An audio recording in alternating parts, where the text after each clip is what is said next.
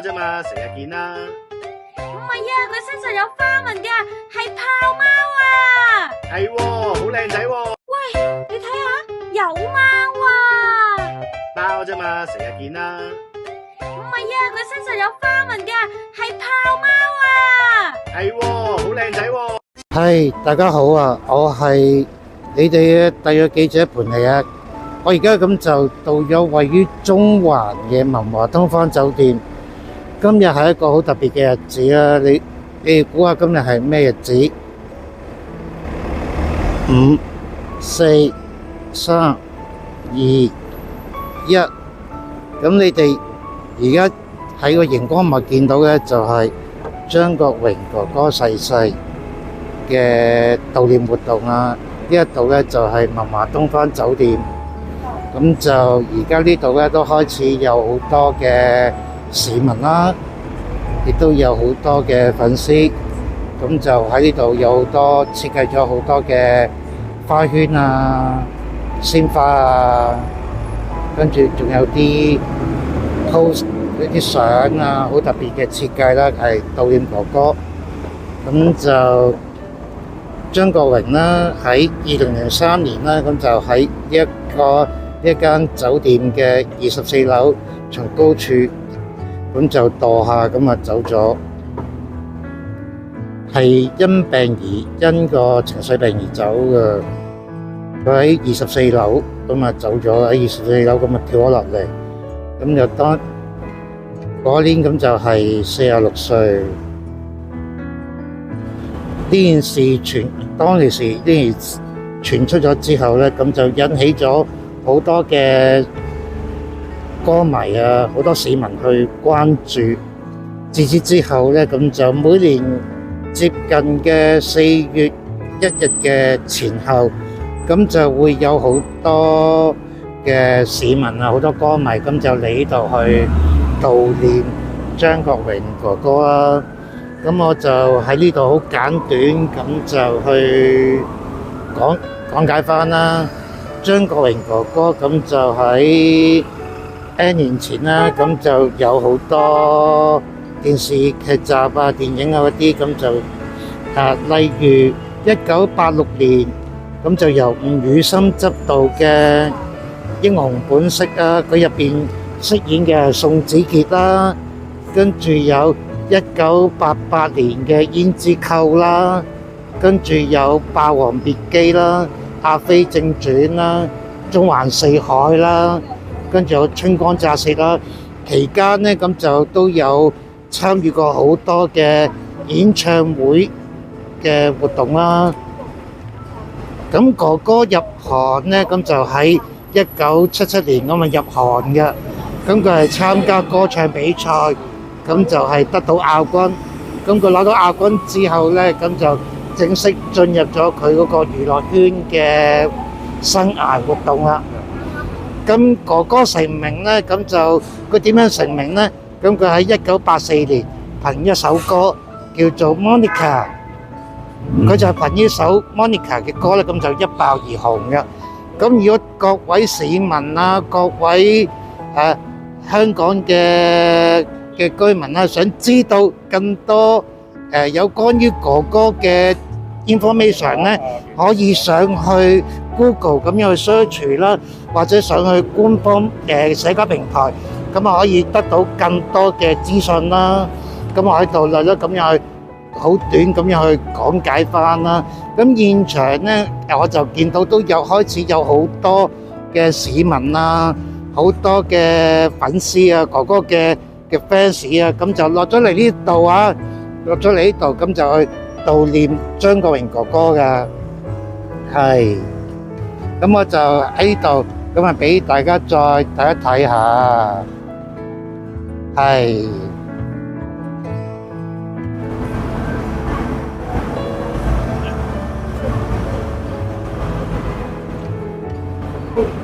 係啊，呢件事傳出咗之後咧，好多歌迷啊，好多市民啊，真係非常之傷痛啦，非常之惋惜啊，係啊，咁就每年喺呢一個4月1日嘅前後，咁就喺呢一度嘅香港文華東方酒店啦，同埋對面海嘅尖沙咀海旁哥哥嘅手印嗰度呢，咁就會有好多嘅歌迷啊，會有好多粉絲啊，咁就會喺嗰度悼念啊。嗱，現場都可以所見啦，有好多粉絲啊，好多歌迷啊，咁啊落嚟喺度悼念哥哥逝世。係，大家好啊！咁我係特約記者盤尼啦。咁就我而家揾到，咁就張國榮哥哥嘅粉絲，咁就佢可以就我會訪問佢，咁就簡短咁就訪問下，由佢引述翻啦，講翻個感受啊等等啦。好，咁你講翻俾香港市民知，講翻俾香港嘅網民知，即係你嚟呢一度係點啊？即係幾時嚟？你係點啊？嗰啲嘢，唔該。我係嚟自馬來西亞嘅。係。我今次嚟香港係特登嚟嚟探哥哥佢嘅紀念日啦，即係佢嘅忌日。所以其實我係舊年先至識張國榮嘅。所以我係睇到佢嘅演唱會啦，同梅艷芳嘅演唱會，我就覺得真係好，佢嘅表演好自然啦，佢舞台嘅魅力好，即係好而家即係天王巨星咯。我覺得即係而家呢10年我都冇睇到好似哥哥咁樣有呢啲舞台魅力同埋咁自然嘅明星。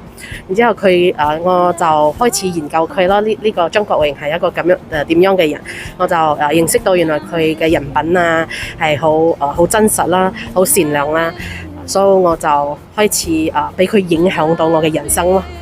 然之後我就成呢一年嚟啦，我就成日會嚟香港呢度去星光大道俾佢花咯。咁呢次就係第一次我參與佢呢個忌日嘅呢個紀念活動咁。哦，即係你係第一次參與呢一個悼念活動嘅？係，我係第一次。咁你喺即係你對哥哥嗰個了解啊，即係你再分析翻俾香港市民知啊，對哥哥，即係佢有啲乜嘢係可以令到你咁吸引到你啊？我一開始係因為我無意中睇到喺香港一個 busking 嘅一個女歌手，佢唱哥哥嘅有心人啦，然之後我就覺得哇呢首歌好好聽啊，然之後我先至知道係張國榮自己作曲嘅。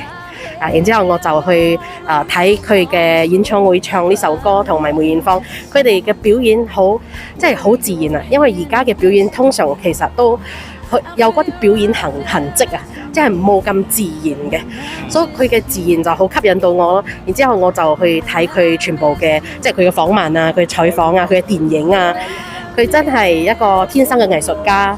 佢嘅藝術家又具備咗佢又好真實啦，即係而家嘅人通常即係做明星都有好多包裝噶嘛，但係響張國榮身上我睇到佢好勇敢啦，佢好善良啦，然之後好坦率，即係好真啊！然之後佢嘅表演又真係唔係嗰啲即係為咗愛紅而表演，而即係佢真係用個心去表演一個好好嘅 show。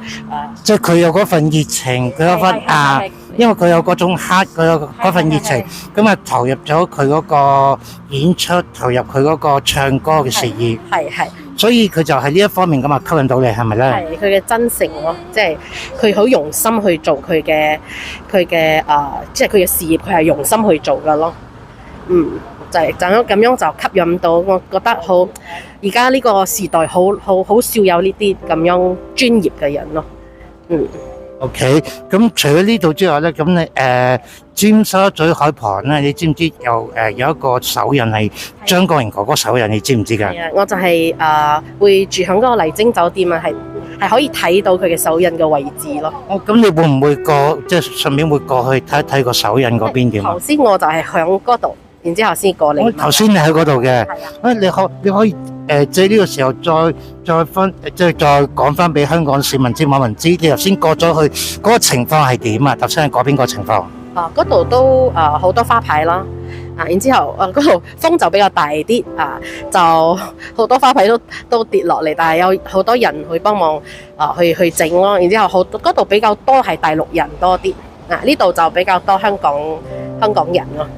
Okay. 即係嗰邊就比較多內地嘅粉絲係咪？係啊係啊，內地嘅粉絲比較多啲。咁你除咗嗰邊之外，有冇見到其他就係話外籍嘅粉絲喺現場？外籍我暫時冇見到。暫時未見到。係，即係如果係響嗰度比較多嘅，都係國內嘅人比較多啲，即係內地嘅人多啲。OK， 請問貴姓啊你？姓詹嘅。姓詹啊。OK， 唔該晒你，多謝晒你，唔該晒。好，咁我呢度咁就暫時個訪問咁就暫時到呢個位置。收到個最新嘅係翻嚟，咁就而家記者盤嚟，今日到咗位於尖東海旁嘅張國榮哥哥首映現場啦。而家咁就嚟咗呢一度，咁就可以再睇下現場都已經開始有嚟自不同嘅世界各地嘅粉絲，張國榮嘅粉絲們啦，咁就嚟呢度咁啊咁啊打卡留念。係張國榮先生。係啊，咁就張國榮先生咧。咁就帶大家去再睇下現場，咁就啲粉絲咁就都好有心機咁就設計咗好多唔同嘅花啦，咁就俾張國榮哥哥，咁呢一度咧，咁就係一個嘅手印，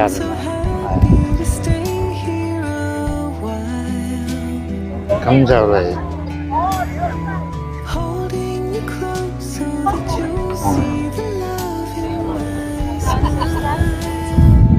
咁我就再後邊嗰度都有㗎，後邊嗰度咧都有俾大家睇下，係啊。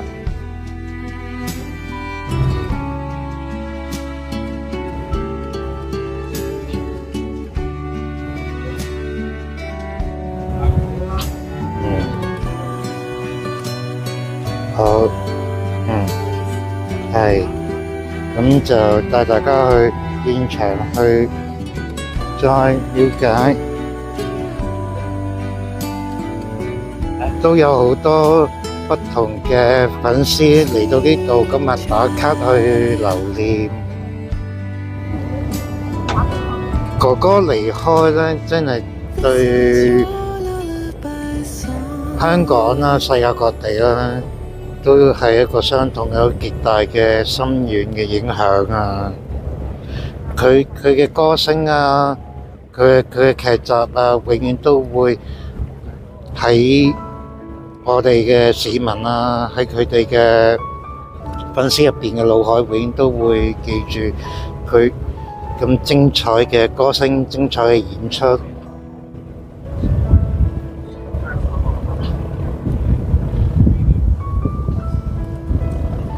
永遠懷念張國榮哥哥。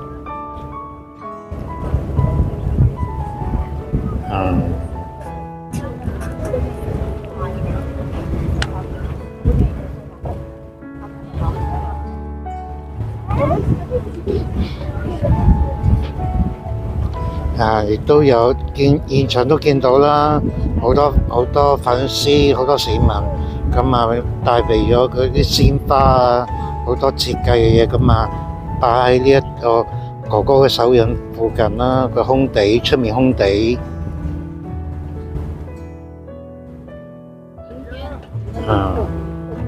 現場都有好多旅客經過啊，市民經過啊，都喺度打卡拍照留念，悼念返張國榮哥哥啊！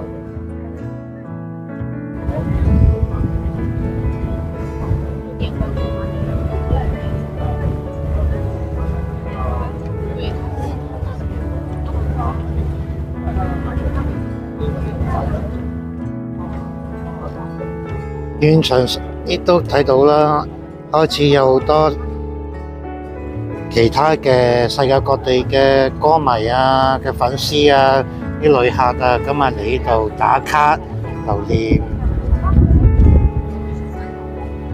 呢一度咧就係尖東海旁啦，就係張國榮哥哥嘅打個手印位置啊！呢一度就係